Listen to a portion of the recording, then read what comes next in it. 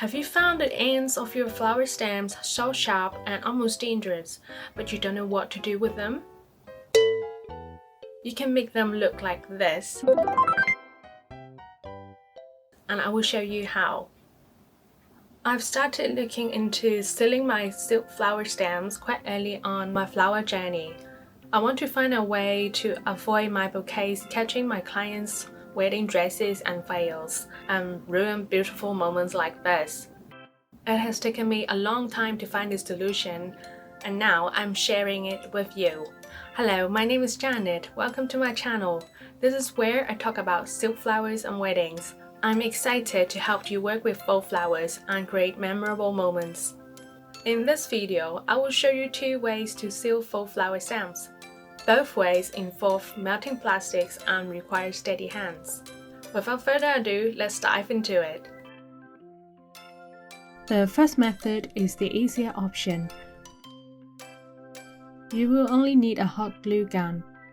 If your hot glue gun comes with a fine tip, that's even better. For protection, I've laid a silicone heat-resistant placemat on my work desk. It is super simple. After the hot glue gun is preheated and ready, I squeeze the glue into the ends of the rubber tube stems. When the glue cools down and hardens, the stems are sealed. I always try to use minimal amount of glue because I don't want blobs of white on my stems showing in my product photos. I use this method mainly for rubber tube stems. It's easy and quick. The glue sticks well inside the tube. The only downside is that the dried glue blobs look off on my plastic-coated stems. I think that wouldn't look great in high-definition photos, so I've developed another method for plastic-coated stems. Please give me a thumbs up if you have found this video helpful for you. And I will be uploading videos regularly, sharing tips on working with faux flowers. Make sure to subscribe to my channel so you don't miss any of my videos. This method is slightly trickier than the first one. However, it can give you a seamless finish on most silk flower stems. You need a solder iron, the tip cleaner which has a ball of copper wool in it to scrape off any residue on the tip, a heat-resistant sponge for cleaning, alternatively, a cloth that is soaking wet. You also need leftover offcuts trimmed from your flower stems. I've kept a small tub of them as I go through dozens of flowers monthly. They could have been thorns or any parts of the flower stems. Please note I use this method mainly for plastic-coated stems. I will explain why later in the video. I'm using the finest tip that I could buy for the solder iron. I set my solder iron to 200 degrees Celsius and preheat for a couple of minutes. You know it's hot if you hear a sizzling sound when the solder iron touches the wet cloth. Make sure the cloth is soaking wet or it will get burnt.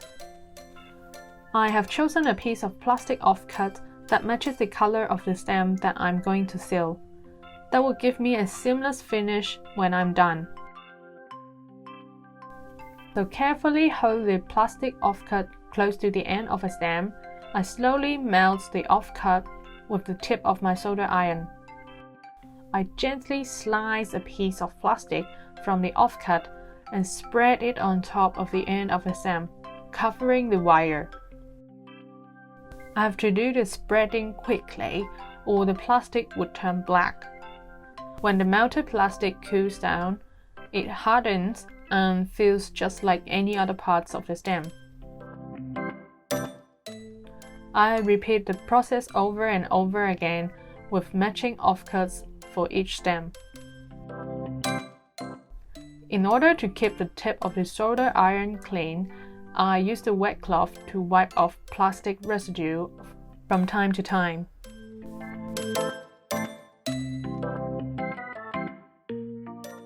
As you can probably see here, there is toxic smelly film coming out from the melted plastic. Therefore, Ventilation is crucial for my work area. I always wear a mask to protect myself when I'm using my solder iron. Speaking of protection, I have had trouble finding heat-proof finger gloves that fit me, but I would highly recommend wearing protection if you have some.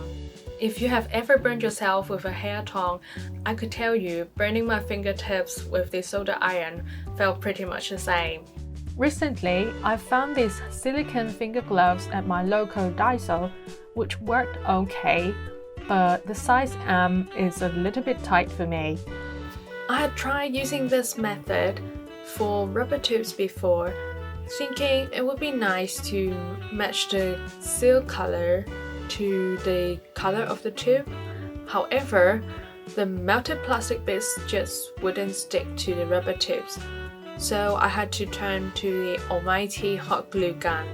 In the ideal world, I would love to have hot glue sticks that match the color of my stamps. It would save me so much trouble and save me from burning my fingertips with the solder iron. So that's how I seal my flower stamps. Will you try any of the methods that I've introduced to you? Or have you been using other methods that worked well for you? Please comment down below and let me know. If you have enjoyed watching this video, I believe you will also find the next video here helpful for you as well. Thank you for watching this, and I will see you over there.